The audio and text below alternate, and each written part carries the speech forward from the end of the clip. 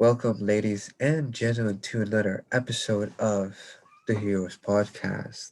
My name is Ryan G. with my co-host, the real Pete Kirkwood. Let's talk about the topic. Pete, let's hit it off. What's our topic? Well, Ryan, we're continuing on the series about the hero's journey. And last time we spoke about the calm before the storm, the lull before the final battle. So that brings us to the climax, not the moment before, but the moment of. And in that moment, that is where the scales tip. That is where fate changes. That is where the story is made. Right. Because there's not a lot of stories of the hero's journey where the hero fails the ultimate test. That doesn't mean that it doesn't happen a lot. It just means that those aren't the stories we tell. And the ultimate test of a hero can be many things. If your hero's journey is about preparing a meal for a bunch of people who are coming to have a function at your house, when everyone sits down to first taste it, here we go. How does it all come together to kick off? Like then that moment, you've put everything in and you're in that moment. Did you create a successful meal, or does everyone go, ah! Yeah. That is the test. Now, your hero's journey could be anything. You could be toppling a government, building a business, slaying a dragon, whatever it is. The tipping point where the balance is at that ultimate moment before it goes one way or the other. It's funny how often, especially if you bring it back to video games, you'll really notice this, right? Like the final boss fight, you can go there whenever you want in some games, right? But it depends on how much practice you've actually had at being able to do whatever it takes to beat that boss, and how much skills, technologies, materials, equipment, resources, network connection you've acquired to give you greater strength to overcome that ultimate test. Right. And I think that this is probably the most famous, the most scrutinized, the most closely analyzed moment of every hero's journey, because it's interesting, watching the hero fight and train and, kill a bunch of random encounters, just level up some experience and get some training in. But we all want to see him take down the big bad. We all want to see him overthrow the evil overlord. We're all waiting for that moment where,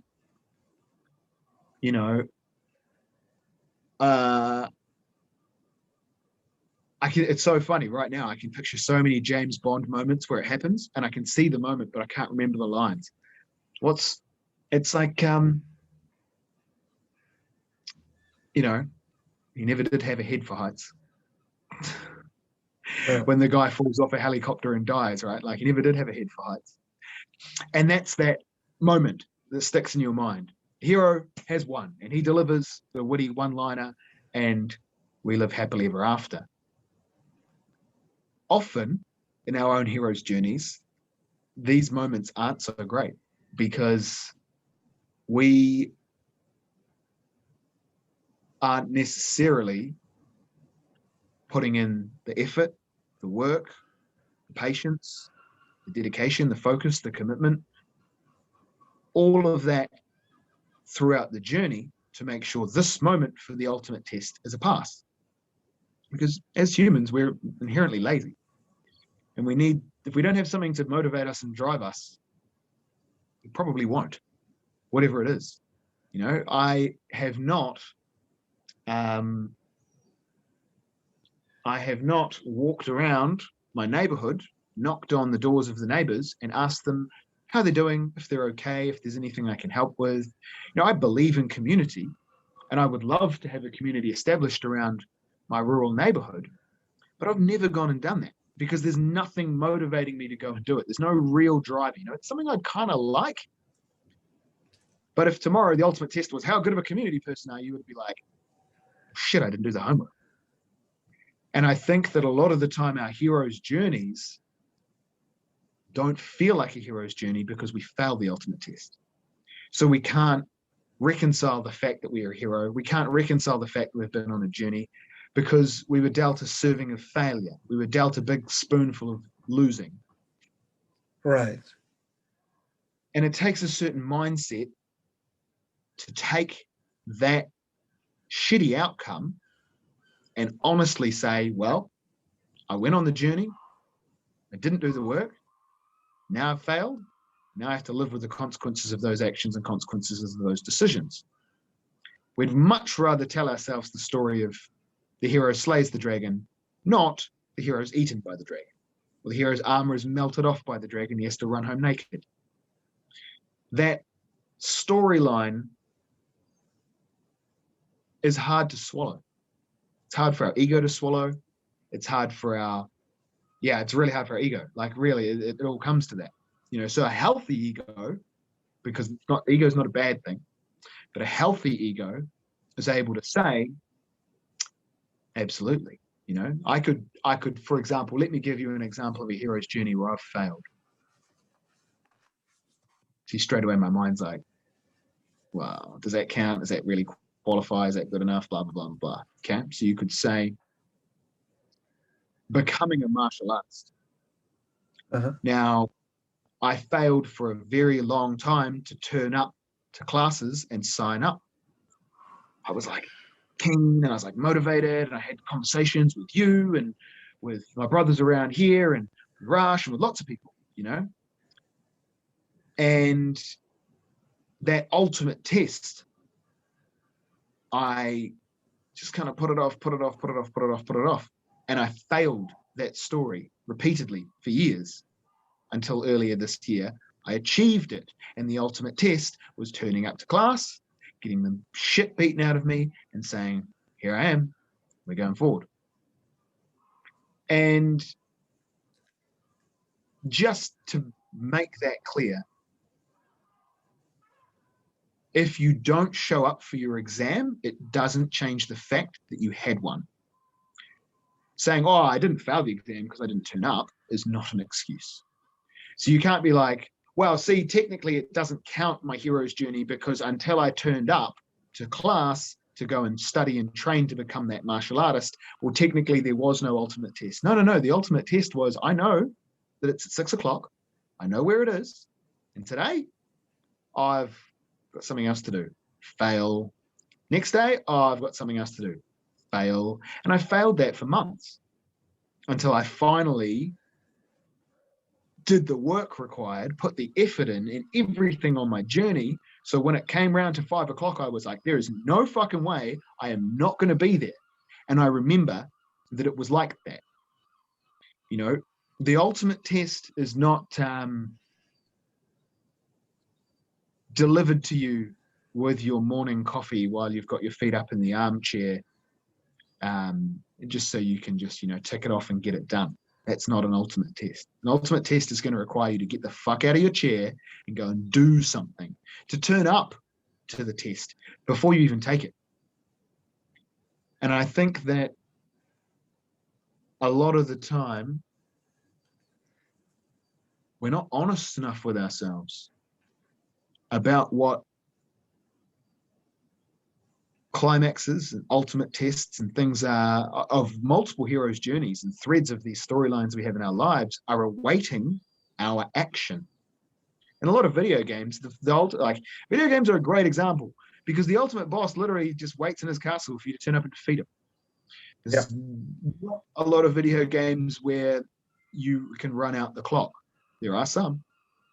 Oh shit, there are some. I'll come back to another one in a moment, actually, on that note. But when it comes to business, you're constantly working in that field, Ryan. How do you see that realization of the ultimate test, and that pass fail and people accepting it, going Well, towards it. one should realize true success is going from failure to failure without the loss of enthusiasm.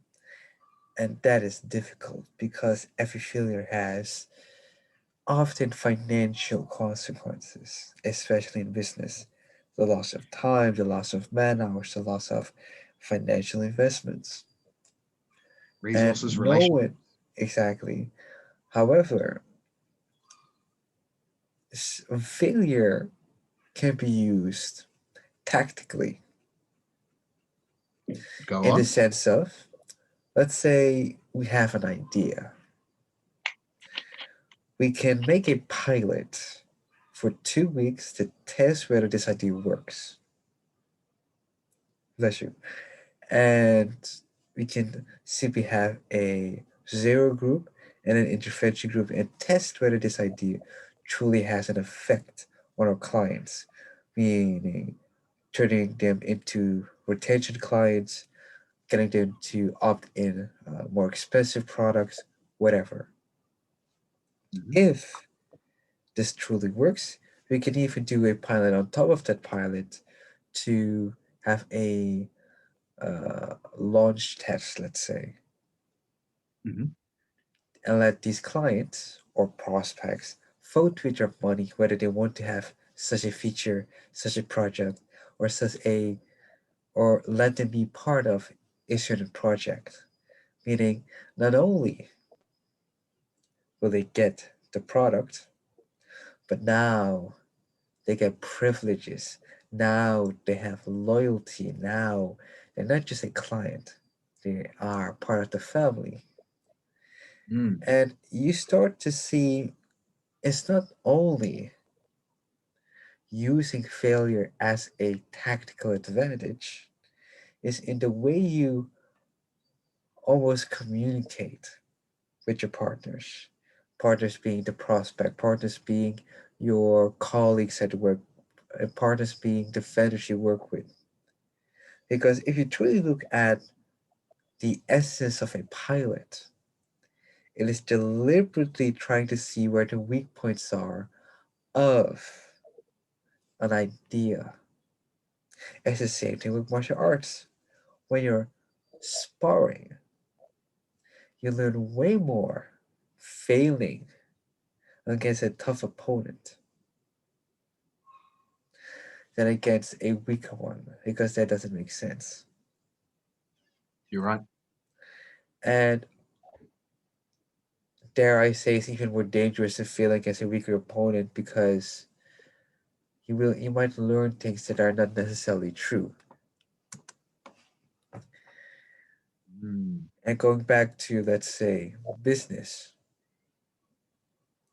I have been in at least one project that absolutely bombed. We didn't get the right results. There were financial consequences. And part of which I was responsible to deliver the right data. And to hear that we didn't get the right results or the expected results or what we delivered wasn't useful at all. Good morning, George. Was a big blow to my ego. And that's where you start to see the consequences. It's never truly the failure that we fear, it's the not being okay with it. And if we learn during this beastic process, regardless of whether it's business, you're studying, your thesis, women, relationships, it's that you have to learn that everything will be okay regardless. And in that, you get the courage to build up enthusiasm for the next test. Because the test I don't think ever stopped. It never really stopped. It did a big bad evil that exists, that is perceived, will always continue because every new level has a new devil. The I like moment, that. the moment I have a better salary, I have new responsibilities.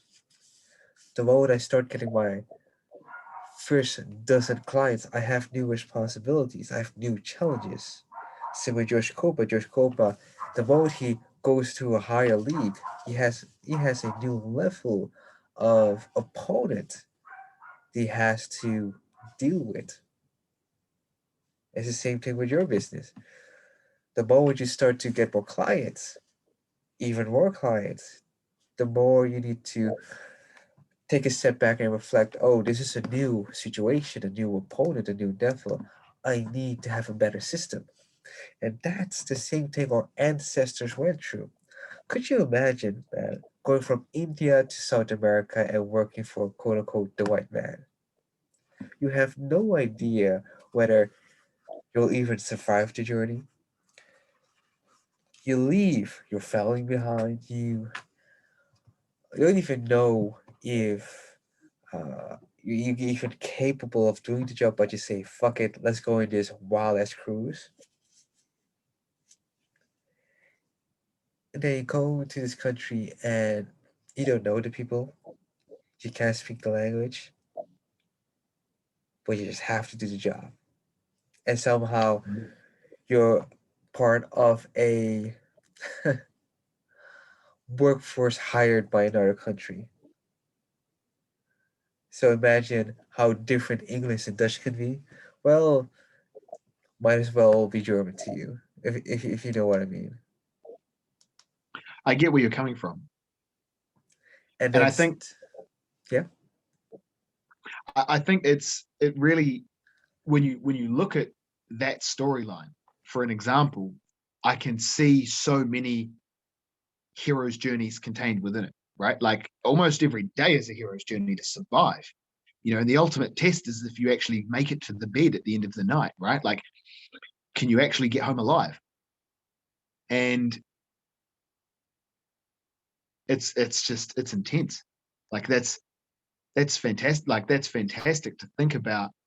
Not positively fantastic, but just so out there to think about having to be that person to leave everything behind and go to another country to work for someone that's essentially an alien, right? Like yeah, you don't get their culture, you don't get their language, you don't get any of that shit.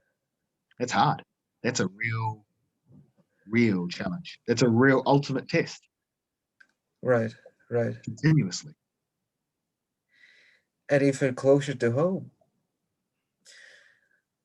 let's say PJJ, yeah, PJJ.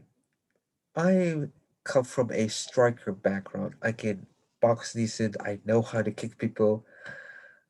But what if you're definitely tackled, like viciously tackled and mauled on the ground? You haven't learned how to truly fight. If you haven't been thrown and smacked to the ground and have all the air leave your body, you haven't truly learned how to fight.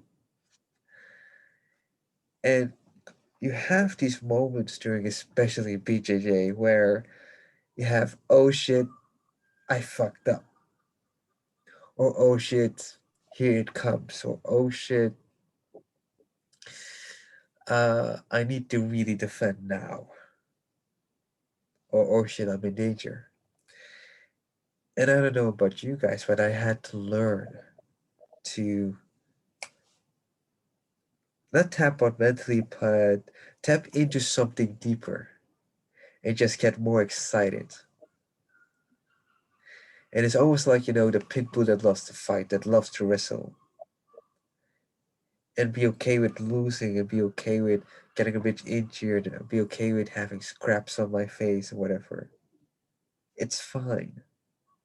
And what if I took that and applied it to my studies or my business or my full time job? What pattern we start to see?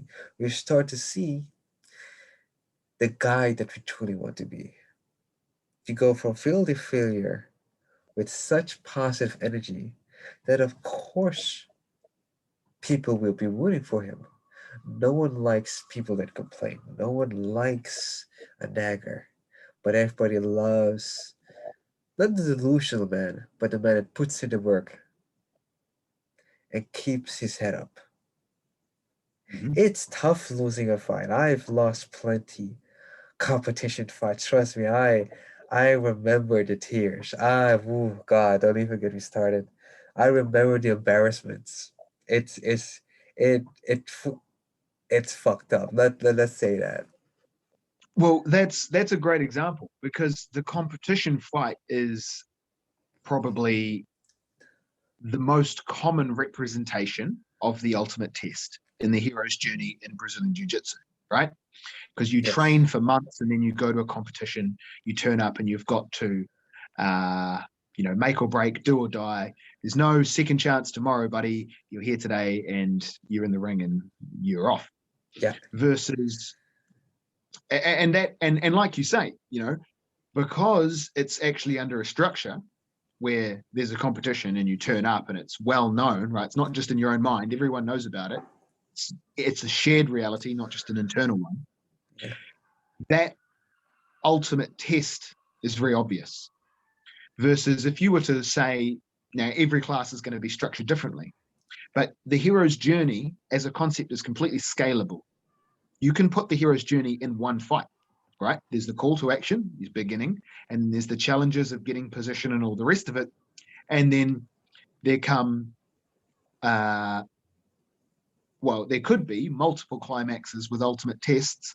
And every time you pass the test, you keep going until you finally win, right? So you get out of that submission, you get that sweep, whatever it is, you're in that moment until the finally bang and you win. And then there's the aftermath of the result of that fight. Did it really matter or not? Was it just with the bro on the mats or was it for a championship? That Exactly. Yeah. is where the context comes in. But if you look at it, go in a class, right? There's the call to action. You have to turn up to the dojo. And then you've got your beginning training and you start out with some warm-ups and a few drills and then you get into some positional sparring and it gets progressively harder as you go through the journey till right at the end of the class you're going to fight someone who's a high belt or something like that, right? It's that ultimate test. How do you go on the mats against the guy who has put the last 5 years of his life in going to the and dreams of going to the UFC, and that's what his life is about, versus you're like, versus me, where I'm just like, man, I'm 3 months in, I'm learning, I'm loving it, I'm enjoying it, and I'm going up against him because I went up against him yesterday.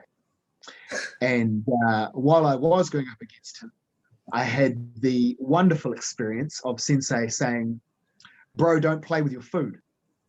It made me feel real big. Oh man. And I was in that position where I was like, yesterday is a good example of I because I didn't get to eat.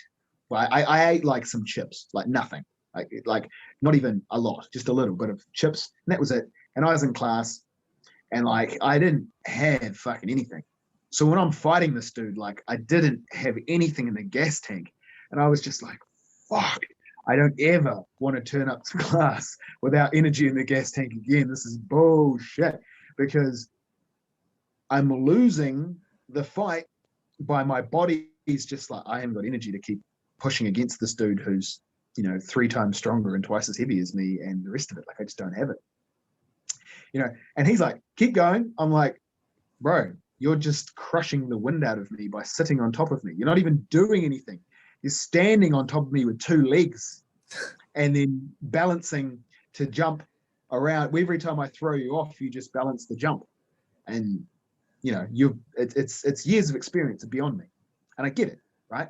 Like I train hard and I get a lot of respect for how hard I train at that dojo because I made the commitment to turn up 5 times a week every week. Yeah. And that's impressive because I lose. It's not as impressive that he turns up to every single class because he wins all the time. But I'm not stupid enough to not acknowledge that. I realize it's not 5 years like some of the other guys. No, it's actually 5 years of day after day after day after day after day. He's going, he wants to go to the UFC. That's different to the guy who wants to keep fit. That's different to the guy who wants to be able to defend himself. It's all different. So how that ultimate test plays out in that fight, I'm having to acknowledge, well, this, that, the other. I didn't complete my hero's journey, which you could say was my day of preparation to be there, well enough for it. Even though I turned up and got my ass handed to me, and I get some kind of a something for that. I got experience. I got, like straight away, I've got lessons I'm speaking on right here and right now. And that, in that perspective, you could take it any which way. You could feel a certain way about it or not feel a certain way about it. And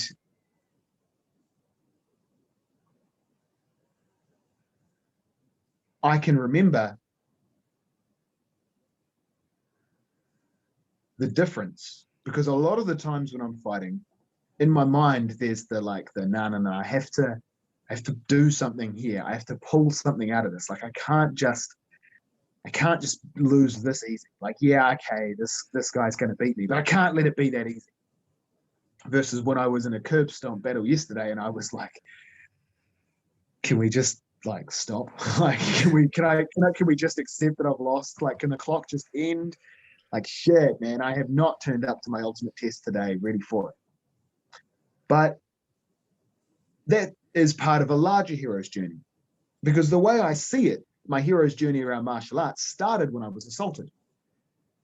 Right. And I realized I had to go and actually train fighting, because if someone just enacts physical violence against me, everything I built in my life to protect against that was regards to my tribe and my relationships and all the rest of it. And when I was alone, I didn't have anything. I was literally like the master swordsman with no sword. I was like, fuck. Because that motherfucker wouldn't dare lay a finger on me if we weren't alone. Which is evidenced by the fact that every single time I've seen him, he's dropped his balls in public, which is hilarious. He's literally told people that he's worried he's going to run into. And I feel like I've already won. And now the ultimate test will be when I run into him, no one's around. Quick Because running question. into him in a supermarket is a lot different to running into him in a dark alley. Right. But quick question. Have you also considered doing boxing or at least a striking sport to supplement your BJJ? Well, let's just speak on a few things that are going on in my life with regards to that at the moment. Right. I have someone in my life who is a master of ninjutsu, and they were trained in the kind of ways that sound like they were indoctrinated in jiu-jitsu by their family when they were a young child, in the way that so much of it is subconsciously planted that they just unconsciously destroy people if provocations happen, and they're like, fuck, didn't mean to, like, shit. And I'm saying you need to practice some more training and restraint. But at the end of the day, his lethality is out the roof. Right. And so I am around people like that. The community that I live in, the culture, the theme of getting some mats has become more and more and more of a thing. And every person around here studies a different fighting style. So I can go to jiu-jitsu 5 times a week, but I'm going to have to fight here, and I'm going to have to fight guys who are not using just jiu-jitsu. So I will be learning and picking up techniques and all the rest of it. And the other side of it is that I know, in a social context, in a legal context, and all that kind of shit, that if I am going to fight another human in public, and the resulting ramifications of that will have to be dealt with, I'm well aware of the difference between me dodging his punch, knocking him the fuck out, and how that goes down, versus both of us wrestling on the ground and me choking him out. They look very different in a court of law. Very different. Interesting. And Yeah. I'm not opposed to learning a striking fighting style, but I'm not enthused to learn a striking fighting style because it's not my style.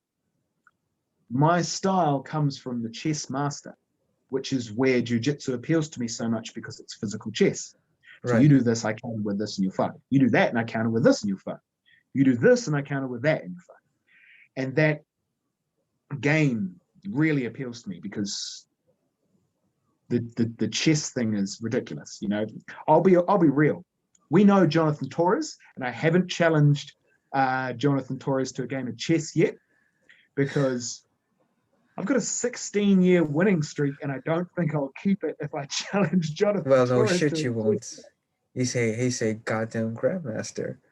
You have He's a no goddamn business. grandmaster, You have no right? business challenging him. There you go. You dare think you could defeat him? Are you crazy? So the interesting thing is, I know that that ultimate test to Right. challenge a grandmaster in chess that I know that I'm actually only going to take that deal when somebody else beats me and breaks my streak. Because if I go and fight a grandmaster and I get my 16-year winning streak broken, you can hear the excuse in the sentence. Yeah.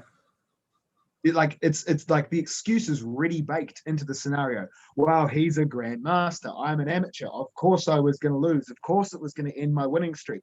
There's actually zero like the loss is almost too appealing. And Right. it's like you're voluntarily going into that scenario versus I just keep playing who I'm playing and people around me and the rest of it and whoever comes into contact that wants to have a game and someone beats me and they end my winning streak and I have to accept the fact that I lost to a regular person. Well, that's great.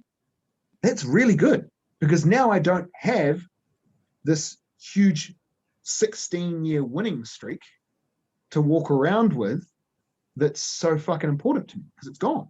So now I'm free to fight the Grandmaster. Now I'm actually ready for the ultimate test of chess because a curb stomp battle is never a realistic gauge of your abilities. You know, if you are the 12-year-old Brazilian Jiu-Jitsu champion for your entire country, there is no honor in fighting the 24-year-old Brazilian Jiu-Jitsu champion. There's just no reason to go and do that, to go and get curb stomped by an adult as a kid. It just doesn't make sense. And your mind will do whatever it does, whatever it takes to counter that storyline, which is where I went back earlier.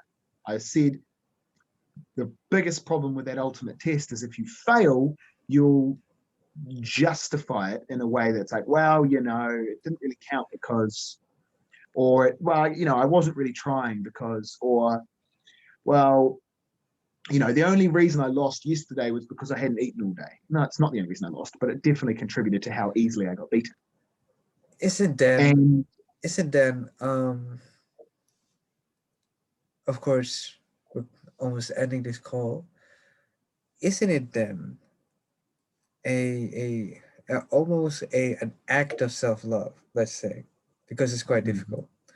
Almost the ultimate act of self-love to find one reason to continue, knowing knowing that once the test has passed, you will gain so much. absolutely. But this is where it comes to the ultimate test of the hero's journey. You don't want to go until you've got everything ready to go. Because I currently have too much ego to fight a grandmaster in chess. I'm not actually ready for the ultimate test. I need to be humbled by losing. Right. I would like to oppose that frame. Okay, One, go for it. I would like to oppose that frame. One, if we are to have a battle of absolutes, then the consequences are extreme. If I am to fail, I am to die. Yeah. However, if you are to lighten the consequences towards failure means a new chance to learn, let's say learn more about how to write a thesis, learn more how to properly structure a pilot for a business, learn how to properly set up sweeps and counters towards sweeps. In that, we start to realize that success is being that happy go lucky student, a student of life, a student of not simply wanting to improve, but wanting to improve properly. Yes. I mean, let's look at pickup.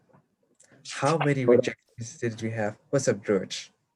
what you mean by improve properly? Improve probably in the sense of my improvement should be based upon the level of what I'm trying to learn, or based on the objective that I'm trying to reach, based on the reality I'm in. Let's say I've never did Muay Thai before. I'm going to do Muay Thai. I need to put my taekwondo background and my boxing background to the side and probably learn Muay Thai because I'm there to learn Muay Thai. I'm not there to show off my kicks. I'm not there to show off my boxing. I'm there to learn Muay Thai. So in the context of Muay Thai, I'm supposed to learn Muay Thai properly. In the context of, let's say, writing a thesis, it's the same idea. I'm there to prove that I am competent in doing a thesis, doing an experiment, let's say. And I need to be And open for whatever feedback comes my way so I can be better. And every time I feel bad about the feedback that I'm getting, it's simply my ego getting in the way. Pete, and that's where you said, instead of your ego getting in the way. So for me to fight Jonathan Torres in chess, I can't right now because my ego's in the way. And even if I was to put the ego, like there's nothing I can do to change the fact that I have a 16-year winning streak, except lose. So if I fight him, I'm actually not going to be there to learn. I'm actually going to be there to defend my winning streak. And that is not how I want to sit down with a grandmaster of chess, because my ability to properly learn in that situation is off. Now, this might not be the same for everybody, because I can think of a sport like boxing, where you look at how the structure of boxing is around creating a fighting record for a fighter. So he is, a Floyd Mayweather who's 50-0. That is that storyline. Whereas MMA, it's like, man, just get in there, and like, it doesn't matter if you've had some losses, just get in there. There's a different structure around those sports and how they're orchestrated at a high level. right? Now, if I was actually at a high level in chess and I was playing competitively and all the rest of that kind of stuff, this would be a different scenario, because odds are I wouldn't have a 16-year winning streak. I'm an amateur chess player in a sense. I'm pretty good, obviously, but I'm still an amateur. I haven't taken it to a professional level. So where I currently am, if I was to go to the final boss, I haven't actually got everything ready, right? It's like, what's an example I can think of? Okay, yeah, actually, I said I was going to come back around to this, and I will. I mentioned FTL, Faster Than Light, the video game. It's a hard game. I always play it on the hardest difficulty. And if you die, you start at the beginning. So you can play for 7 hours and you die and you start at the beginning. There's 8 stages, and at the end of the 8th stage is a boss. And the boss is nothing like everything you fight. it's a hell of a slugfest. You got to fight the boss 3 times and beat it 3 times without dying. And every time it's at full health and you're at whatever the hell you were when you finished the last fight. There's no healing after every fight. There's no, you've got to get the whole way through without ever getting taken down. Your spaceship can't heal itself. And what combinations and things you've chosen to get to that final fight can be very effective at eliminating, for example, you could come up with a strategy where instead of trying to destroy the ship, you just kill all the crew on it, because then there's no one crewing the ship and you can take it over and win that fight and you can move into the solar system easy as. But the final boss has an AI installed in the ship. So if you kill all the crew off, the ship doesn't care. It still kicks your ass. So if your strategy has been built around the amateur concept, when you come to the professional league, you're fucked, buddy. Now, I'm not playing faster than light. I'm playing chess. So a 16-year winning streak, like you can hear the way that it's a thing now, right? Like it's like a physical object, right? It's not a 10-year and it's not a 20-year. It's a 16. We lost feet.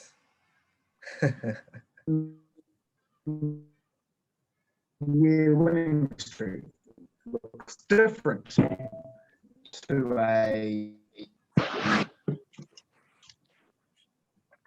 And you're back, Pete. Yeah, the phone call there. And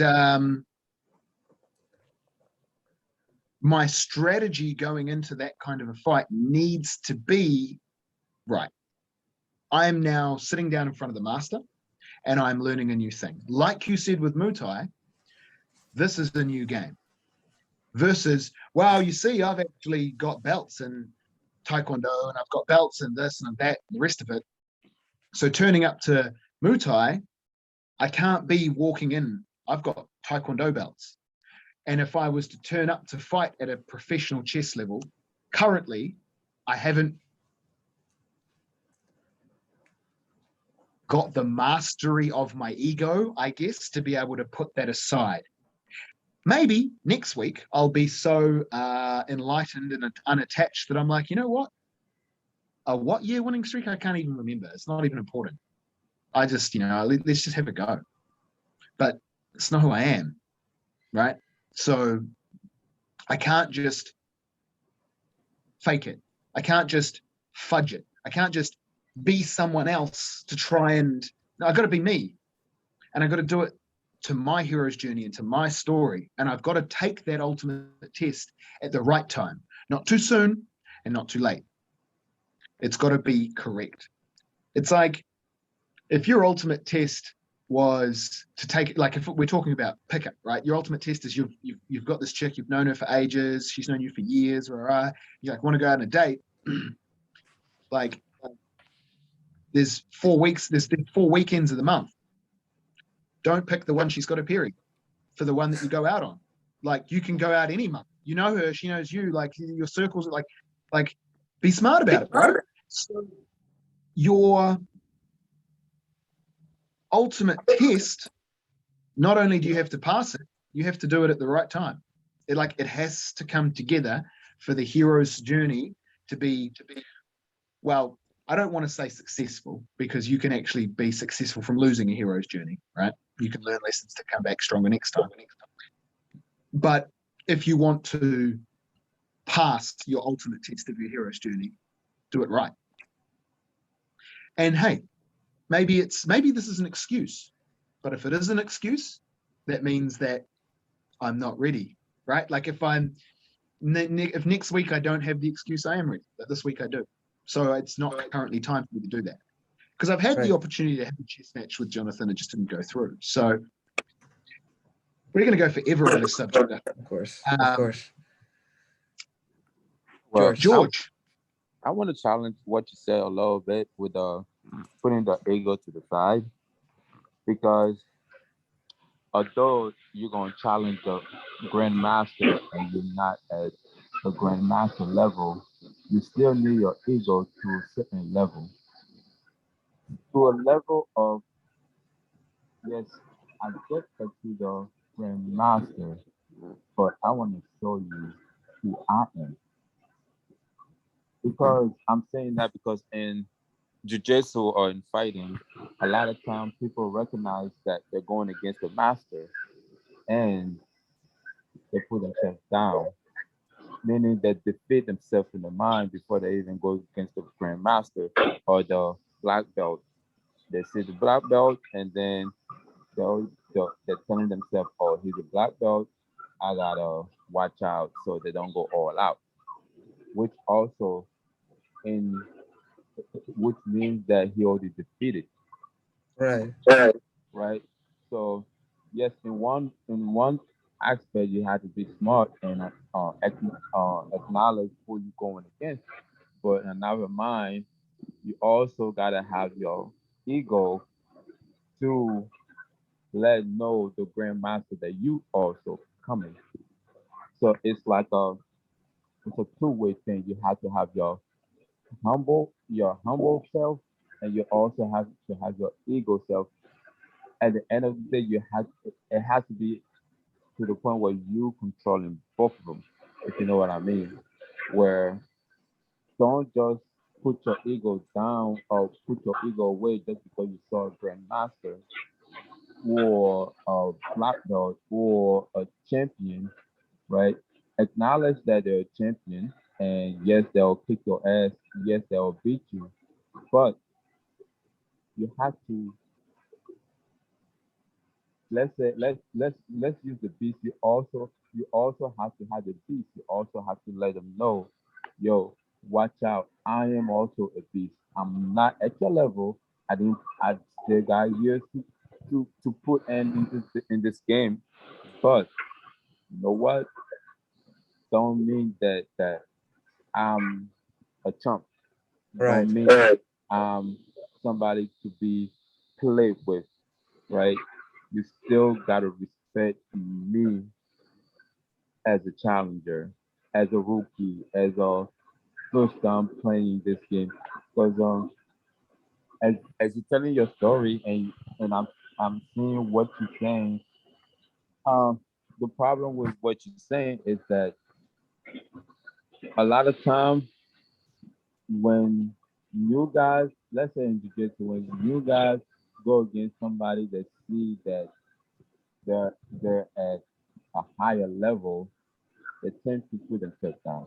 There's two ways. They either put themselves too low or they put their ego too high.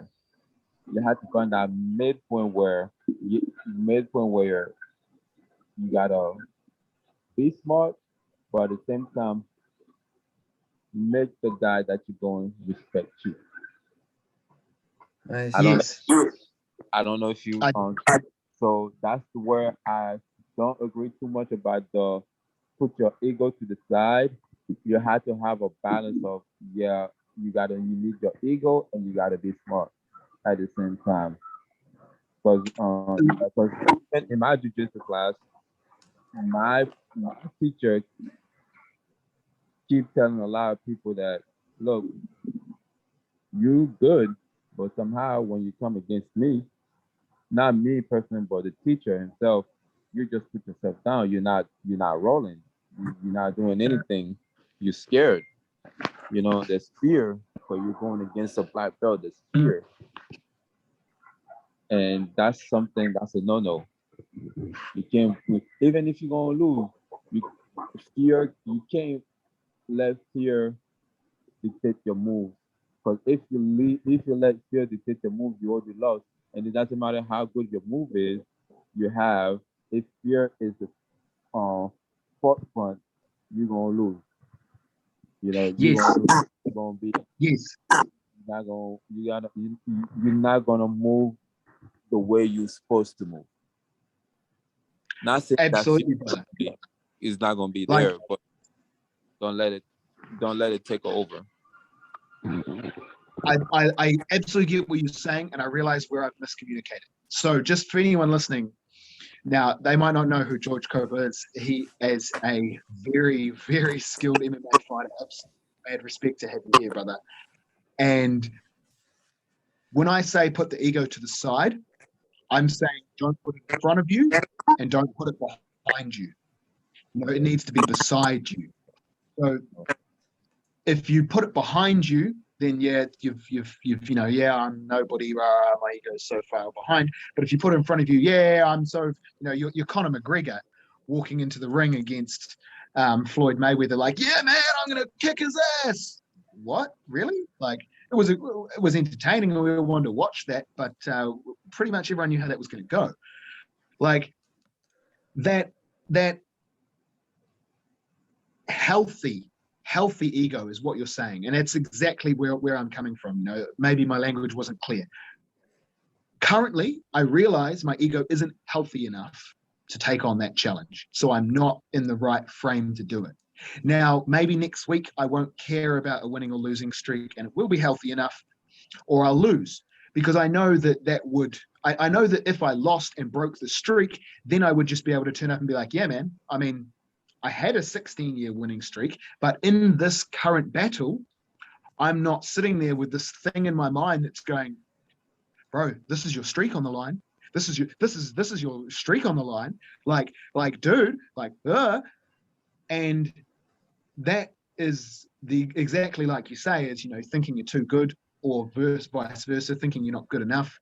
Whereas I want to come together and be like, right, you're an expert chess player, and I'm an expert chess player. You're a professional expert chess player, and I'm an amateur expert chess player. So maybe my amateur style will have some kind of an effect versus your professional style. Who knows? Let's go. But at the moment, there's a 16-year winning streak that's fucking me up. So I actually need to lose. That's where I'm coming from. Does that make more sense, brother? Well, yes, it does. But also looking at the hours, already 7 a.m. my time. So let's focus on the ending notes. I would say what George Coba says is perfect.